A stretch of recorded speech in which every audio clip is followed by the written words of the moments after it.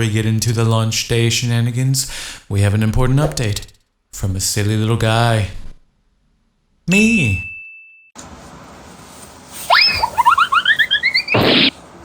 Hi. Alright, I'm on day 3 of a fast that I have been on. It's been just a little bit miserable. I've never done a fast before. It's my first time, and yeah, I'm hungry, yeah, I'm tired, but I think mainly what it's taught me is that I go about my life kind of mindless sometimes. Like when I eat food, that's when that's when I'm enjoying life the most, which is a pretty damn sad life if you ask me. But it's not so much about what I'm using to cope with life, food or video games or whatever. It's about what the problems that are lying underneath are. And for me, and I know for most people, it's just stress and pressure and just situations that are going on that are just so beyond the scope of anything they've had to deal with before. And yeah, I'm just realizing that my life is just in shambles. I can't expect myself to, when I'm done with the fast, I can't expect myself to not see food in that same way, or video games or anything else. That's just unrealistic, and that's just setting myself up for failure, because that's what I'm using to keep myself sane. I don't think I should be taking that away. I think I should work on the problems lying underneath.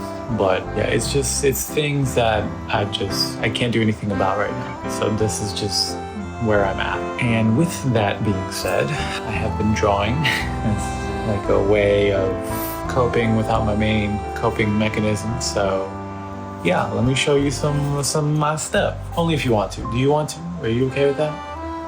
No?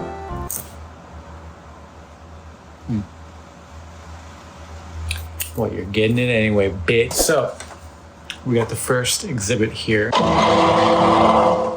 So, some things to preface is that I used to draw a lot when I was a kid. I haven't drawn as much since then, but I just kind of mainly draw just whatever makes my brain feel good, essentially. I want to show you guys for 2 reasons. One, to maybe find some meaning, to maybe find out kind of why I did things the way that I did, and 2, to kind of archive this art in a way beyond just keeping it in a drawer and it just kind of collects dust and everything. So without further ado, here's the first piece. I don't have a name for any of these, by the way.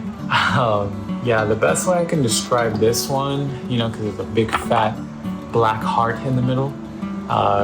Generally with a few of these, you're gonna find, just kind of the darkness, just corrupting, essentially, just kind of like a void. Like there's all these beautiful patterns and all types of stuff going on, but in the center is just a dead, empty heart.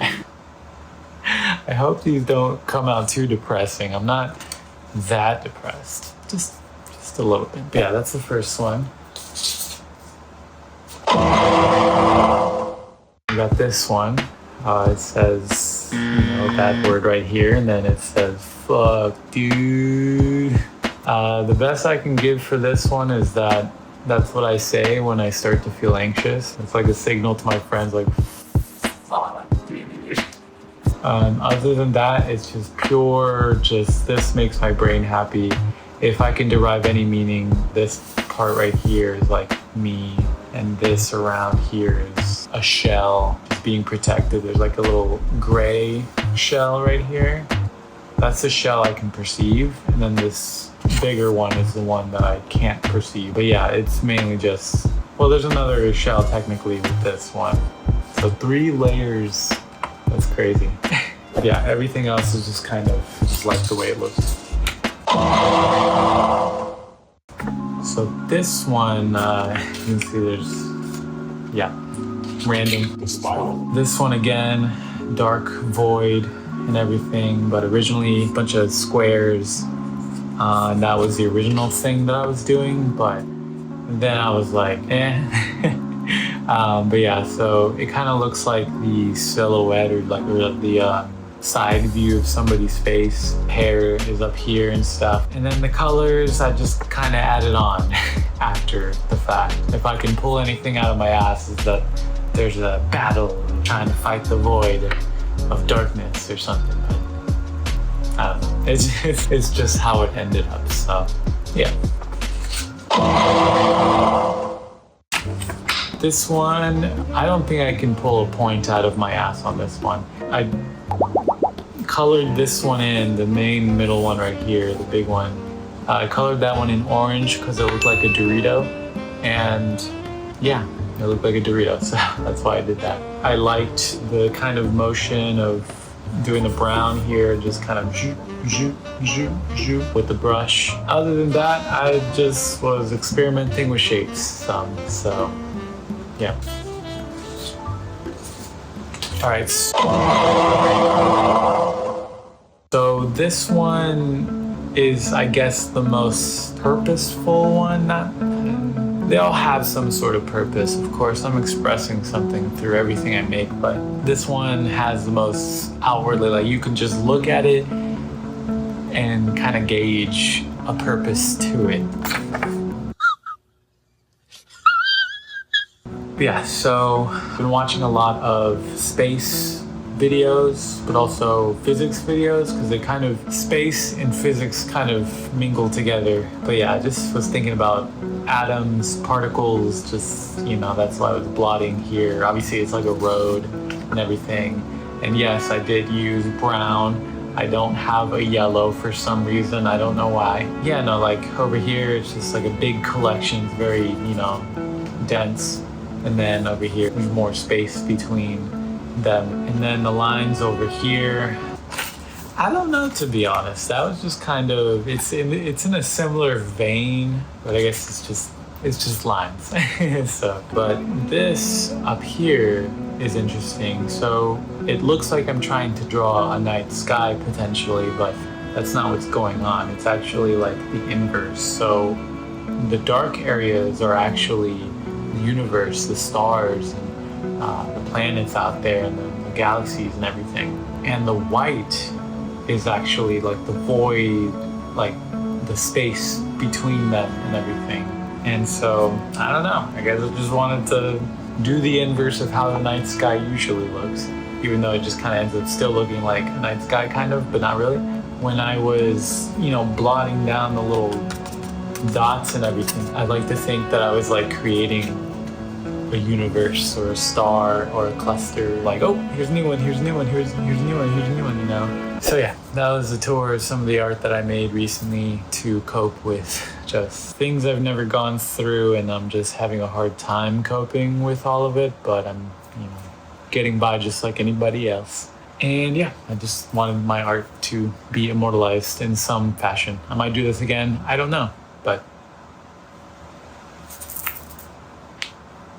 oh my God, bro. Oh, hell no, man. What the fuck? It's actually different. So if we go ahead and weigh the 5090 once again, 1,852 grams, whereas the 5080, 1,646 grams. So 1,650.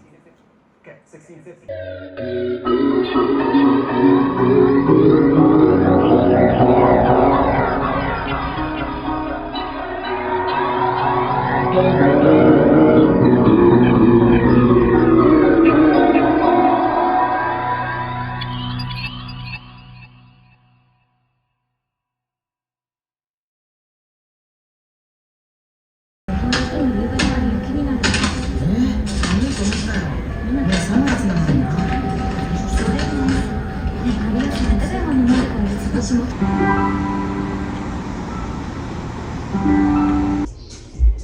say hi to the camera. You're a star, baby. You're a star. I want to anyways. It's not to my benefit.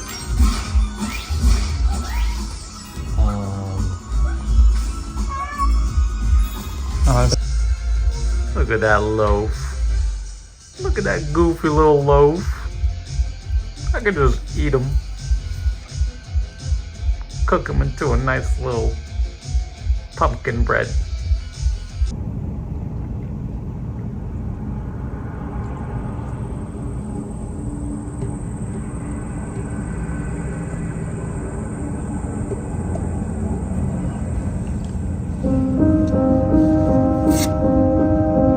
100 years old, like original in the house, of course. It's silver nitrate glass, like they don't even make it anymore. It just has like a totally different quality to the light. It's an antique. I mean, it's spectacular. It's the heart of the home. Done deal. I mean, right?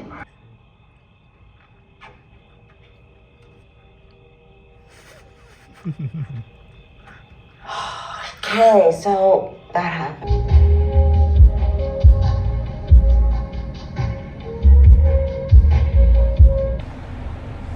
I'm taking a nap.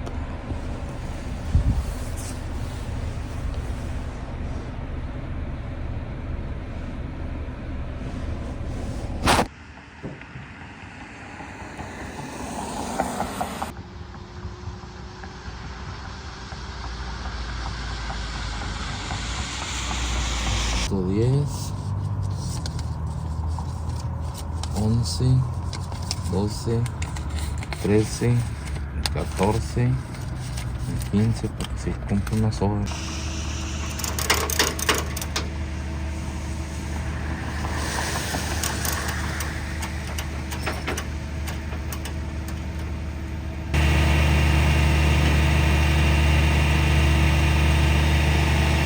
And now we're back to our regularly scheduled launch day chaos. Handing it off back to you. Me. Okay, to make a short story short, after a long, foggy trek to the Micro Center in Dallas, Texas, I walked up to a showcase that I had only ever seen in pictures and videos before, and that was people camped out all around the building, like as far as the eye could see. And as soon as I walked up to them, they said that all of the 5080s and 5090s were gone. You know, I figured this would happen, so I moved all of my attempts online to no avail. Much like the rest of the country, it seems.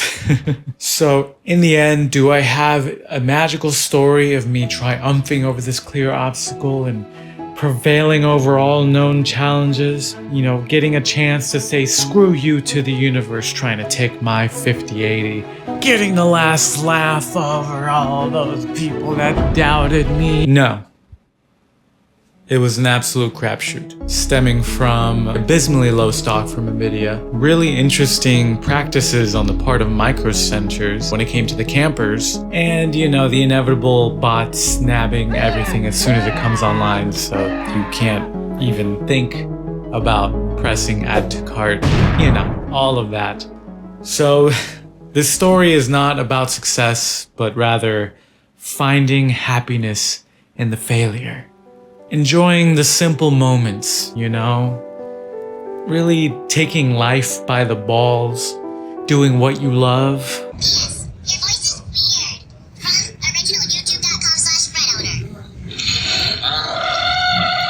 owner. When you've squeezed the lemon that is life for all of its lemonade, you just have to take a very sad array of selfies after you had broken your glasses the night before. I mean, they're okay now. I super glued them, but anyways, never mind that. Most importantly, this is all about saying fuck you to NVIDIA and foregoing all of their stupid parts for an all AMD build. More on that in a bit. No, but in all seriousness, you know, this trip wasn't truly about me getting a card, you know, it was more so about fun, getting away from the monotony of routine. I had never been inside of a micro center before, so it was a lot of fun getting to see all the cool stuff that I had only previously seen online before. Then, you know, we got some great food, we drove around for a little while, and we just enjoyed our time. All in all, it was a great trip. And I hope to take many more in the future once I'm, you know, just a bit more financially comfortable to do so. Now, that's all fine and good, but what did I end up getting and why did I get it? So I had been telling my friends for a while that if I didn't get the 50 series cards, one of them, then I was just gonna go for a 7900 XTX, baby. And so I did. And then I canceled it. So what had happened was I impulsively pulled the trigger on a Merc 310 card, which looked great. I was already excited just based on that. Shut up and take my money! But a few hours later, I checked Newegg, and apparently a Sapphire Nitro Plus version of the 7900 XTX was not only available and not only cheaper than the Merc 310 model, but it was also gonna get here a week earlier. So I'd be a dummy not to go for it. Also, after I bought it, it immediately said out of stock on the Newegg page. So I am so sorry to whoever else was trying to get it. My bad. Now, when it comes to this purchase, am I gonna look like a fool when AMD releases the 9000 series cards and it's got newer tech, a smaller price tag, and it's more powerful than the 7900 XTX? Yeah, probably. I mean, if it goes that way. But what needs to be understood is that I am upgrading from a GTX 1080. So I built my PC back in 2016. I play Pokemon Go every day. I play Pokemon Go. And it's been an absolute beast. Don't get me wrong for 1 second. But I am essentially going from an Intel 6800K and a GTX 1080 to a 9900X and a 7900 XTX. It's like no matter what I did, whether I went NVIDIA or AMD, I'm just living my best life out here, bro. I don't know what else to say. I have been long in the need for an upgrade, and this should be clear, but I do want to add that I'm not an AMD fanboy by any means. I might have issues with these AMD products. That leaves me with a list of grievances, and I end up, getting a 5000 series card down the line anyway. If it's ever available for a good price and, actually available ever again for the rest of the time and stuff, But bottom line, at the end of the day, the only thing that matters is what do I need and what suits my budget best. Okay, so this is a little rant, but I've seen a lot of judgmental weirdos online that just want to really judge people's choices when it comes to what they upgrade to and what they end up going with, all that stuff. And it's like, it doesn't matter if someone upgrades to a 5080 from a 4080 Super or gosh darn GTS 250 from back in the day. Like it really doesn't matter. If it's worth it, it's worth it. If it's not, it's not, that's just what it is. Like we really don't need these people adding craziness to the world of building a PC, which is already crazy enough. When we already have these companies that I promise you, it doesn't matter which one is the top dog, which one's the underdog or any of that stuff. I mean, it's cool, it's fun, but at the end of the day, these companies will manipulate and they will spit in your face, given enough power and enough control of the market. This is a reminder that these companies are not our friends, and any brand loyalty should genuinely just be about what they provide for you and what your personal needs are. Wait, this is about brand loyalty now? I thought it was about the weirdos online. I don't know. Basically, what I'm trying to say with all this is, just remember to show some love to your fellow PC folks out there. Respect their choices. Throw them some knowledge if you have it and they ask. Yeah, please don't, look down on other people's choices. Please don't point to any one person or just type of person or whatever. That's just the singular problem of the industry. If only they didn't do this or that. Just stop with all that nonsense, okay? Except for the scalpers, man. They can all burn in hell.